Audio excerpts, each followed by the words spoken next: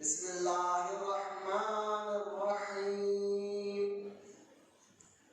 توبوا الی اللہ توبۃ نصوحا آمنت باللہ صدق اللہ العلی العظیم وقال اللہ تعالی فی شان حبیبہ الکریم ان اللہ وملائکتہ یصلون علی النبی یا ایھا الذین آمنوا صلوا علیہ وسلموا تسلیما اللهم صل على سيدنا اللهم صل على سيدنا مولانا محمد ماضي الجود والكرم وعلى آله وبارك وسلم صلاة وسلام عليك يا رسول الله صلى الله تعالى عليه وآله وصحبه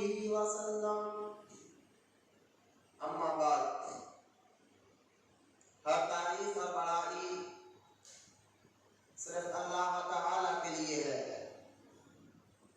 جو سارے جہان کا مالک ہے، مختار ہے اور جو سارے جہان کا پالنہار ہے۔ میں اس بات کی گواہی دیتا ہوں اللہ تعالی کے سوا کوئی عبادت کے لائق نہیں، وہ ایک ہے، اس کا کوئی ساتھی اور شریک نہیں۔ اور میں اس بات کی بھی گواہی دیتا ہوں کہ آپ کے ہمارے پیارے آقا اور مولا حضور کو نور رحمت عالم نور مجسم حضرت سیدنا محمد مصطفیٰ احمد مجتبیٰ صلی اللہ تعالی علیہ وآلہ وصحبہ وسلم اللہ تعالی کے آخری رسول اور اس کے برگزیدہ بندے ہیں۔ اللہ تعالی حضور اکرم نور مجسم رحمت عالم صلی اللہ تعالی علیہ وآلہ وصحبہ وسلم پر اہل بیت، صحابہ اکرام، تابعین اور تبع تابعین، اولیاء امت پر قیامت تک بکثرت رحمتیں اور برکتیں نازل فرماتا رہے۔ آمین۔ سب مل کر محبت کے ساتھ ایک بار درود پاک پڑھیے۔ اللہم صلی علی سیدنا و مولانا محمد ماضی الجود والکرم وعلی آلہ وبارک وسلم صلاۃ و سلام علیک یا رسول اللہ صلی اللہ تعالی علیہ وآلہ وصحبہ وبارک وسلم صلاۃ و سلام علیک یا رسول اللہ صلی اللہ تعالی علیہ وآلہ وصحبہ وبارک وسلم۔ معزز سامعین، نوجوان ساتھیوں، بزرگوں، السلام علیکم ورحمۃ اللہ وبرکاتہ۔ وعلیکم السلام ورحمۃ اللہ وبرکاتہ۔ معزز سامعین کرام، آج کا یہ ذی القعدہ کا یہ جمعہ ہے، تو اس مبارک مہینہ جو حج کا مہینہ چل رہا ہے، ان قریب ذی الحج کا مہینہ شروع ہوگا، تو انشاءاللہ تعالی آج کا جو ٹاپک اور عنوان حالات کو دیکھتے ہوئے اور بالکل ضروری بھی سمجھتا ہوں، اس لیے میں نے آج کے ٹاپک توبہ نصوحا یعنی سچی توبہ پر رکھا ہے۔ میں سب سے پہلے تو دعا کروں گا اللہ تعالیٰ کی بارگاہ میں، اللہ تعالیٰ مجھے اور آپ کو مجھے حق بولنے اور آپ کو حق سننے اور کہنے سننے سے زیادہ عمل کی بھی توفیق عطا فرمائے۔ لیکن دستور ہے کہ بیان سے پہلے درود کی برکت اور فضیلت بھی آپ کو بتایا اس لیے جاتا ہے کہ درود کی فضیلت احادیث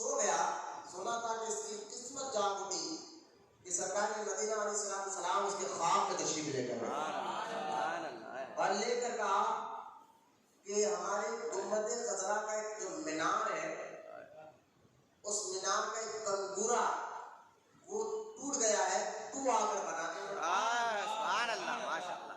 اب یہ خواب سے جب بچارا وہ اٹھا تو حیران تھا، خوشی بھی تھی کہ سرکار کا دیدار ہوا، اور دوسرا سرکار نے مجھے بلایا ہے، اور حدیث پاک ہے، جامع ترمذی میں حدیث پاک ہے کہ جس نے حضور کو خواب میں دیکھا اسی نے حقیقت میں حضور کو دیکھا۔ سبحان اللہ، ماشاء اللہ۔ یہ بات یاد رکھیے آپ، خواب سچے بھی ہوتے جھوٹے بھی ہوتے ہیں۔ خواب کے کئی قسمیں ہیں۔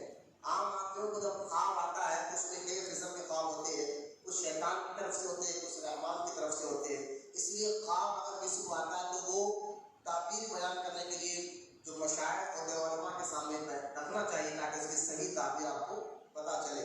لیکن عام آدمی کو چاہے کوئی جو ایک خواب ایسا ہے، اگر کسی کو جو خواب آ جائے تو وہ سچا ہوتا ہے، اس میں جھوٹ ہو ہی نہیں سکتا۔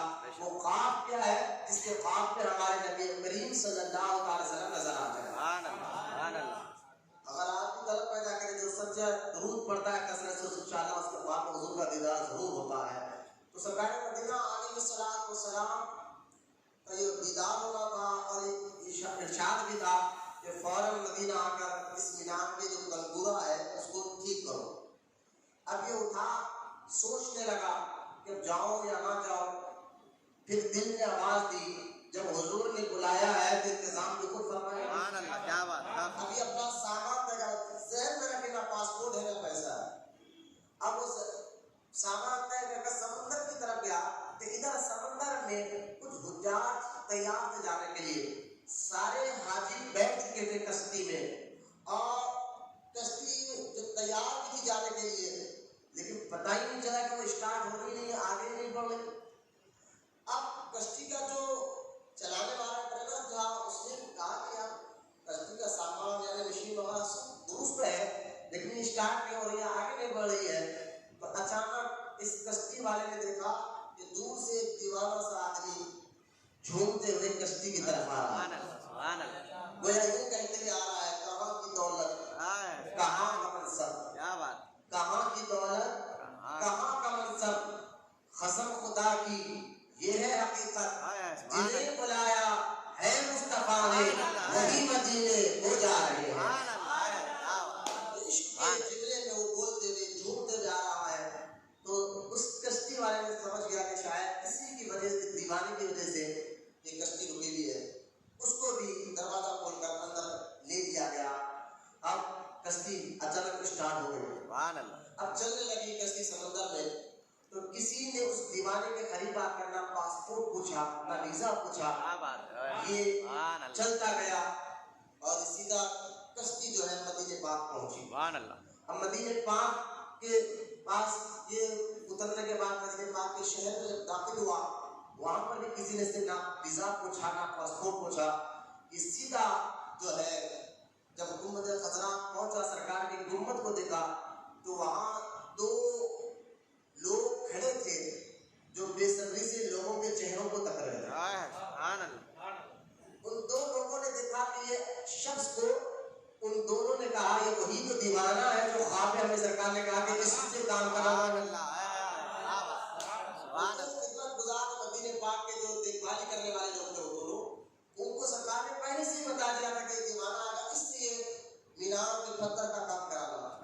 خیر یہ شخص پہچان لے گئے اور اس کو وہ اوپر چڑھا اور چڑھ کر جو ہے اس پتھر کو درست کرنے کے بعد، صحیح کرنے کے بعد جب وہ اتر رہا تھا، عشق نے طلب کر کہا کہ یہاں سے آ کر بھی کوئی واپس جاتا ہے؟ کیا بات ہے۔ اعلیٰ حضرت رحمت اللہ تعالیٰ علیہ نے اس لیے تو کہا تھا مدینے کی زمین اور قدم رکھ کر چلنا، مدینے کی زمین اور حرم کی زمین، اس میں حرم کی زمین اور قدم رکھ کے چلنا، ارے سر کا موقع ہے ہو جانے والا، سبحان اللہ، کیا بات، ارے سر کا موقع ہے۔ یہ عشق پیدا ہوگا نا تب آپ کو درد پیدا چلے گا، یہ عشق محبت جب جذبے میں آئے گا نا تب یہ عشق آپ کو سمجھ میں آئے گا۔ تو لہٰذا دیوارے میں تڑپ کر اللہ سے دعا کی، لیکن جب وہ جسم اس کا نیچے آیا تھا اس کی روح نکل چکی تھی اور وہ انتقال فرما گیا تھا۔ تو یہ عاشق کا واقعہ تاریخ کی کتابوں میں لکھا گیا ہے۔ آپ مجھے بتائیے، یہ عاشق رسول جو انڈیا کے ایک اسٹیٹ جناح گڑھ میں رہا کرتا تھا، لیکن اس کا انتقال ہوا تو گنبد خضرا کے قریب ہوا ہے اور جنت البقیع میں اس کی تدفین ہوئی ہے۔ یہ سارا فیض اس کو ملا تھا درود کی کثرت کی وجہ سے، درود پڑھنے کی وجہ سے اللہ تعالیٰ نے اس کو اتنا بڑا مقام و مرتبہ عطا فرمایا۔ تو لہٰذا میں اس لیے اکثر کہتا ہوں، درود پڑھنے سے جہاں اللہ تعالیٰ گناہوں کو بھی معاف فرماتا ہے، مشکلوں، مصیبتوں، پریشانیوں کو بھی دور فرماتا ہے، درود پڑھنے سے اللہ تعالیٰ جو ہے اس کا اپنا قرب بھی عطا فرماتا ہے، یعنی درود پڑھنے والے کو اللہ اپنے قریب بھی کر لیتا ہے۔ آئیے محبت اور عقیدت کے ساتھ پیارے آقا کریم مصطفیٰ جان رحمت صلی اللہ تعالی علیہ وآلہ وصحابہ وبارک وسلم کی بارگاہ میں محبت اور عقیدت کے ساتھ سب مل کر پیارے آقا کریم پر عقیدت اور محبت کے ساتھ بلند آواز سے درود پڑھیے۔ اللہم صلی علی سیدنا مولانا محمد سیدنا و مولانا محمد معدن الجود والکرم وعلى آلہ وبارک وسلم صلاۃ و سلام علیک یا رسول اللہ صلی اللہ تعالی علیہ وآلہ وصحابہ وبارک وسلم صلاۃ و سلام علیک یا رسول اللہ صلی اللہ تعالی علیہ وسلم۔ معزز سامعین کرام، ابھی جو حالات چل رہے ہیں دنیا بھر کی بھی کہہ سکتے آپ، جو یہ وائرس کی وجہ سے جو پریشانی بڑھ رہی ہے، دن بہ دن دنیا بھر میں، خاص طور ہمارے انڈیا میں بھی جو ہے کیسز بڑھ رہے ہیں، تو سوال یہ اٹھتا ہے کہ یہ جو وبا ہے، چاہے وہ چائنا نے جان بوجھ کر پھیلائی ہو کسی وجہ سے یا کس نے بھی کہا ہو، لیکن بات یاد رکھے اللہ تعالیٰ ہر چیز کا خالق و مالک ہے۔ سبحان اللہ، بے شک بغیر اللہ تعالیٰ کے حکم سے پتا بھی نہیں ہلتا۔ یہ آپ ایمان والے ہیں، مسلمان ہیں، تو اس پر آپ کو مکمل یقین رکھنا ہے کہ بغیر اللہ کے حکم سے پتا بھی ہلنے والا نہیں ہے۔ تو یہ جو بیماری پھیل رہی ہے تیزی کے ساتھ، بلکہ آج کی جو پیپر میں آیا ہے، آج کی بھی نیوز ہے کہ 90% ایک سروے کے مطابق جو ہے 90% انڈیا کے 6 اسٹیٹ میں یہ کرونا وائرس تیزی سے پھیل رہا ہے، 90%۔ اس میں سے ایک اپنا شہر، وہ 6 اسٹیٹوں میں سے ایک اسٹیٹ اپنا تلنگانہ کا بھی نام آیا ہے، حیدرآباد کا بھی نام آیا ہے۔ آپ دیکھ رہے ہیں کہ لاشیں نکل رہی ہے، کئی لوگ مر رہے ہیں، کوئی کہہ رہا ہے کہ ڈاکٹر کی لاپرواہی ہے، کوئی کہہ رہا ہے کہ اس کو کچھ کر دیا جا رہا ہے، لیکن کچھ بھی ہو، ایک بات آپ یاد رکھیں، بغیر اللہ تعالیٰ کے حکم سے کسی کو موت بھی نہیں آ سکتی۔ کوئی اگر ایکسیڈنٹ سے مر گیا، ٹکر کھا کر مر گیا، کوئی جل کر مر گیا ہے، تو آپ کہیں گے جل کر تو خود بخود جل کر مرا ہے، تو ہم کہیں گے ٹھیک ہے، جلنا ایک ذریعہ تھا، لیکن بغیر اللہ کے حکم سے اس کو بھی موت نہیں آ سکتی۔ ورنہ کئی لوگ ہیں جو آپ دیکھتے ہوں گے کہ ٹکر کھانے کے بعد بھی، جلنے کے بعد بھی جیتے ہیں، زندگی رہتی ہوتی۔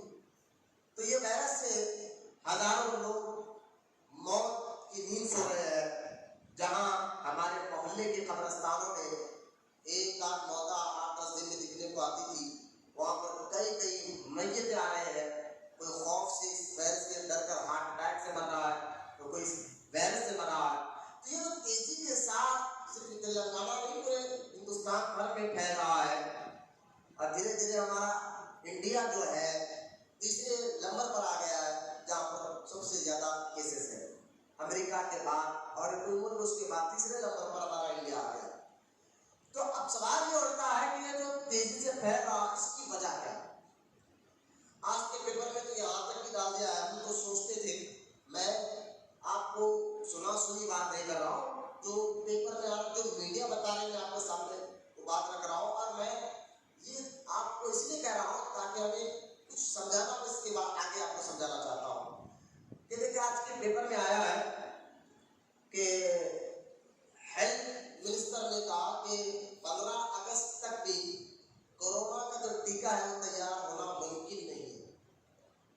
اب تک تو یہی بات چل رہی تھی کہ اگست کی 15 تاریخ تک، 15 اگست کے بعد اگست کے مہینے تک یا ستمبر تک یہ ٹیکہ تیار ہو جائے گا، یعنی اس بیماری کا علاج دوا تیار ہو جائے گی، لیکن اس پر بھی بات آ جائے گی۔ آج کے پیپر اتنے بات بتا رہا ہے کہ یہ بھی مشکل دکھ رہی ہے۔ اب میڈیا کچھ کہہ رہی ہے، ڈاکٹر کچھ کہہ رہے ہیں، ہیلتھ منسٹر کچھ کہہ رہے ہیں۔ اب ایسے موقع پر جہاں غریبوں کا کوئی پوچھنے والا نہیں، دیکھنے والا نہیں، پرائیویٹ ہاسپٹل جو ہے لاکھوں روپے کی بل بنا دے رہے ہیں، اگر کوئی قریب کے ہاسپٹل میں ڈاکٹر جلدی دیکھنے کو تیار نہیں ہے، وہ بھی ہر ایک کو اپنی اپنی زندگی جی پڑی ہے، یوں سمجھے کہ نفسا نفسی کا دور چل رہا ہے، ہر ایک کو اپنا اپنا خیال رکھنا۔ تو یہ بیماریاں آتی کیوں ہیں؟ وجہ کیا ہے؟ تو یاد رکھیں ہمارا جو مذہب ہے، مذہب اسلام، جس میں اللہ تعالیٰ نے ہمارے نبی کے ذریعے جو ہمیں قرآن دیا ہے، سبحان اللہ، ہر چیز کا جواب اس کو آپ کو مل جائے گا۔ بے شک، ہاں، ہر چیز آپ کو سمجھنا ہے، جواب مل جائے گا۔